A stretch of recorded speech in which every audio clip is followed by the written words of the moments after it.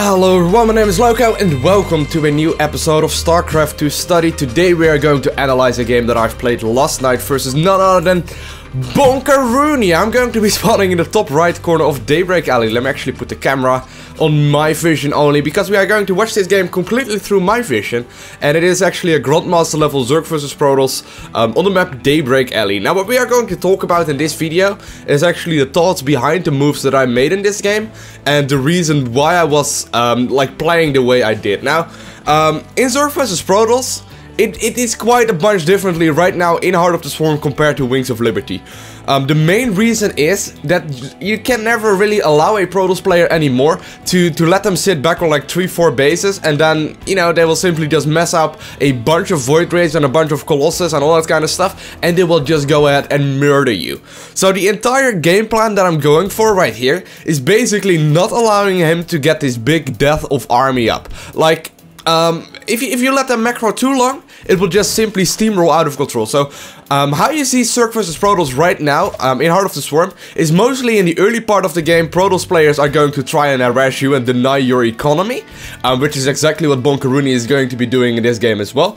And after that, you see the Zerg player, after they establish their economy, you see Zerg players attacking over and over again. Now, I've been trying to mess around with a bunch of different unit compositions. I've been going for Ling, Baneling, Mutalisk, I've been going for Roach Hydra, Viper, Roach Hydra, Corruptor Viper, Corruptor Mutalisk. I've been trying a lot of different kind of stuff, and this game I believe I'm going to be trying some more Roach Hydra Viper, just because it's one of the strongest army compositions, and because mostly on this map you see a lot of aggression going out by the Protoss player, because most Protoss players are very comfortable on this map and they kind of know what is going on. So here we go, we are going to open up this game, and I realize, oh my god, the guy is actually going for a pylon in the low ground already. That can really only mean one thing, so it's most likely going to be a cannon right behind the, or a gateway or a cannon right behind the pylon that he put up. I'm a little bit confused as far as that goes, because like you don't really see this too much anymore. You used to be seeing this quite a bunch more at the start of Wings of Liberty, but I just pull a few drones right now. You actually need 3 drones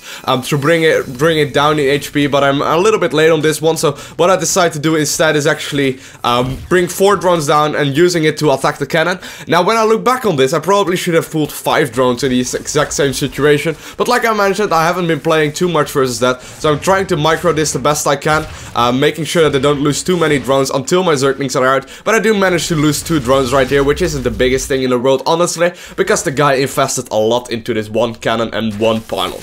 So we are just going to be playing this game like a completely standard game. I'm going to be throwing down my hatchery at my 3rd base, since I know that he went for a nexus on his side of the map as well. And since I know that he went for this build order, I can already realize this guy is going to be really late on tech. I think a lot of Protoss, or a lot of Zerg players rather, don't realize how much of a commitment it is to make this kind of a push work.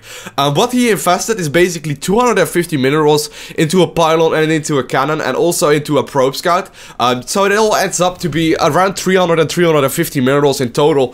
Then Bonkarooni lost, where I only lost about 200 or so in total, and it ends up being quite in the favor of me actually. Now, the big reason why I say you shouldn't be worrying too much about this kind of a push is because the guy actually delays everything by doing this kind of a thing.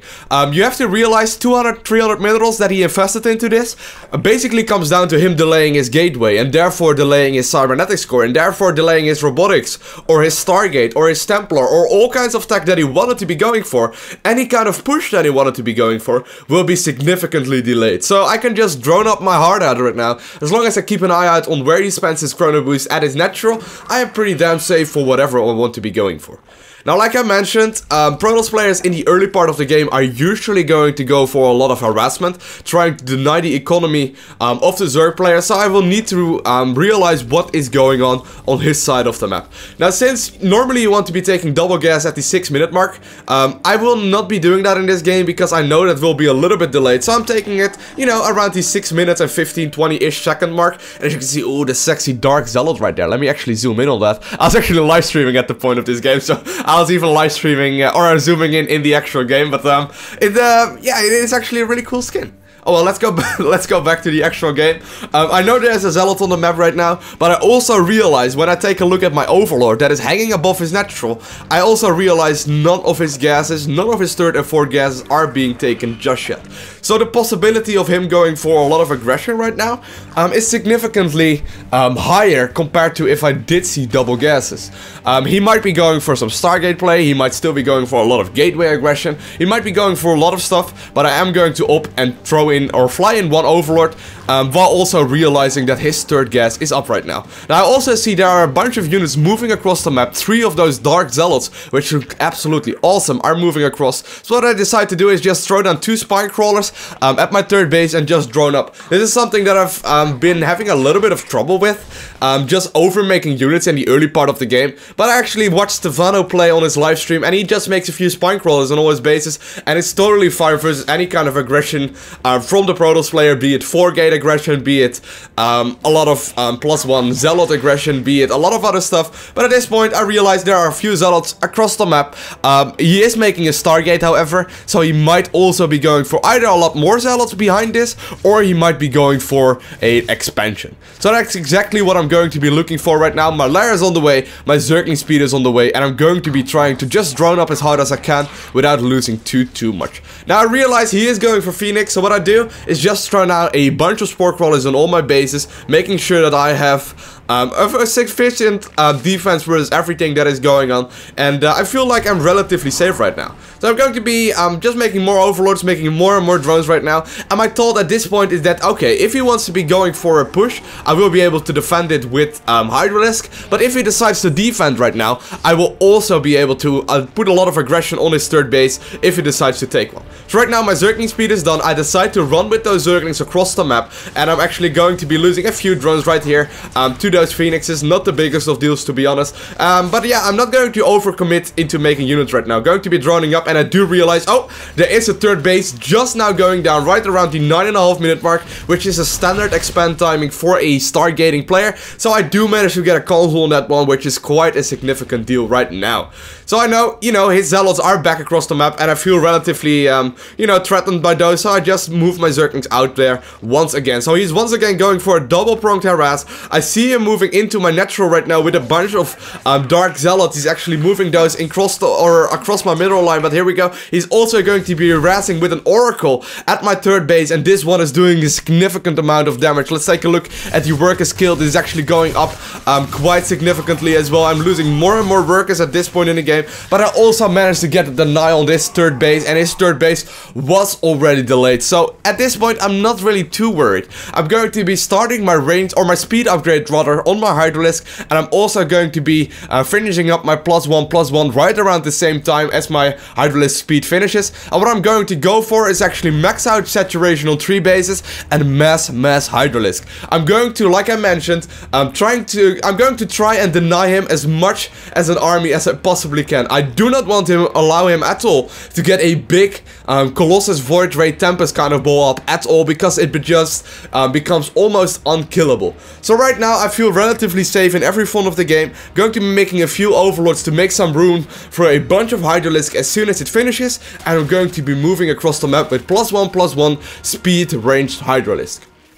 However, I'm also going to be expanding behind this relatively early. I believe I'm actually taking the expand right around now. At least that would be a good timing if I did decide to take it right around now. But it's not the biggest of deals. As you can see, 10 Hydralisk already on the way. I'm actually going to follow it up with more 15 Hydralisk on the way, and I'm going to be pushing out with those once again. Now, at this point, I don't really need to scout his third base at all, because I know that if he has a third base up, I will be pressuring it with Hydralisk, and I will be making Hydralisk. And if he does not have a third base up, I will be making Hydralisk as well. So I feel relatively safe. Going to be taking my fourth base right around now. My +2 finished up, and I'm going to be starting my +1 finished up, and I'm going to be starting my +2/+2. But he is once again going in for a little bit of aggression in my main base. So I decided, you know, I can just delay the Hydralisk push a little bit, having to defend this push first of all. Actually going to be making a few spine crawls in my main base to be completely safe versus this kind of stuff in the future. And yeah, at this point I decide I really need to be starting to move across the map, because if the guy really commits into Void Rays and Colossus, it might be a little tiny bit of a problem, because I will not be able to defend it that properly.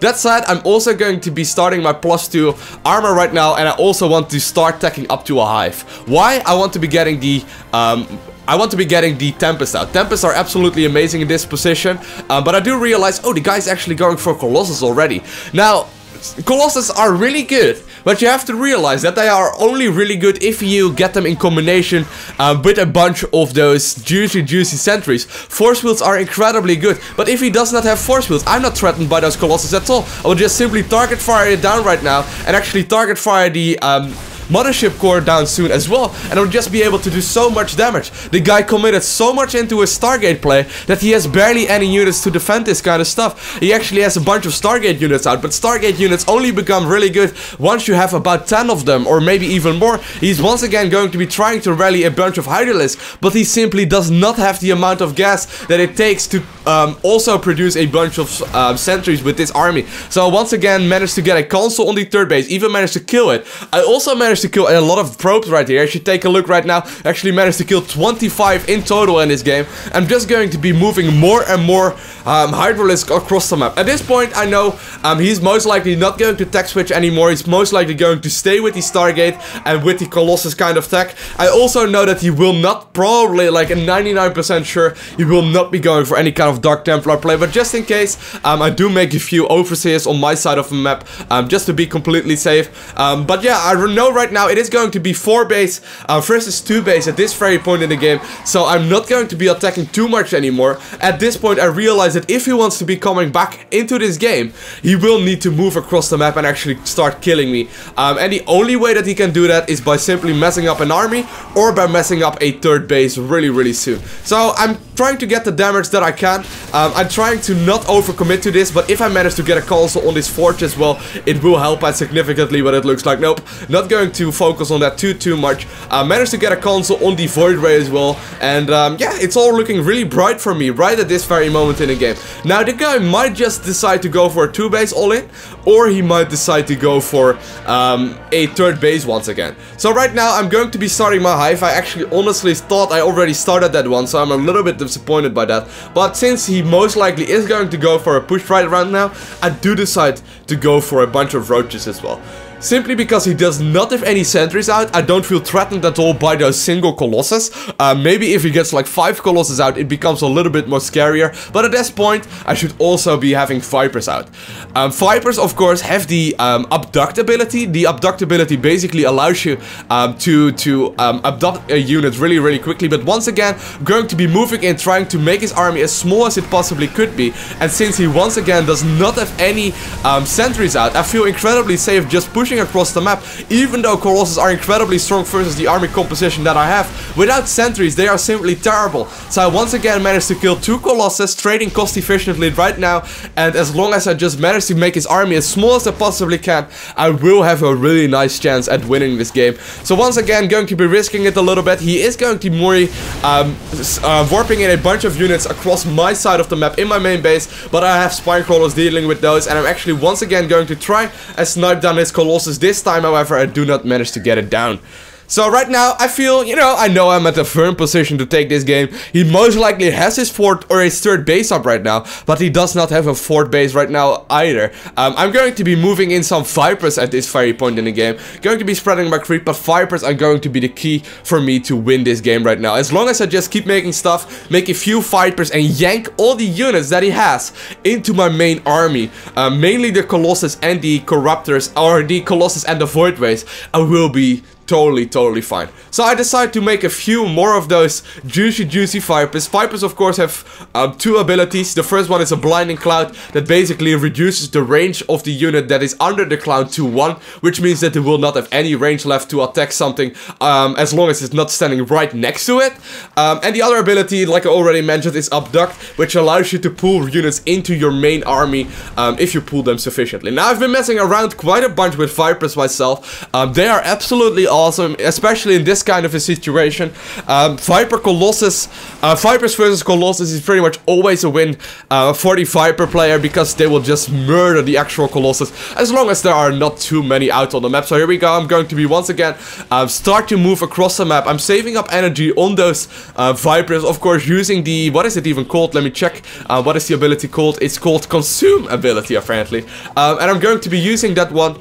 Let me actually reset the thing right there. Yeah, I'm going to be using the Consume to gather up energy on my Vipers and start yanking in units. So here we go, I'm going to be engaging this, going to surround it the best I can. And here we go, I'm going to be throwing down a blinding cloud on top of all those Colossus, yanking them each one forward, actually making sure that they are not able to attack. As long as they're moving back, they are not fighting at all. Going to be target firing them down the best I can. I'm going to also surround the Stalkers at the exact same moment, and I'm going to be easy peasy finish off this game in a pretty deciding fashion. I'm going to also just try and do the most damage as I possibly can. Going to try and get the Nyan on this Forge upgrade as well, and at this point he doesn't have any Colossus yet. I'm going to be reinforcing this with more roaches, more Hydralisks, and as long as I just keep my Vipers alive, and as long as I can just yank units into my army, I will be totally fine. And Bonkarooni leaves the game. Hope you guys learned something from this replay analysis. As always, have an awesome day. Do not forget to smile. If you didn't like this video, please do, because it helped me out significantly. And if you aren't subscribed already,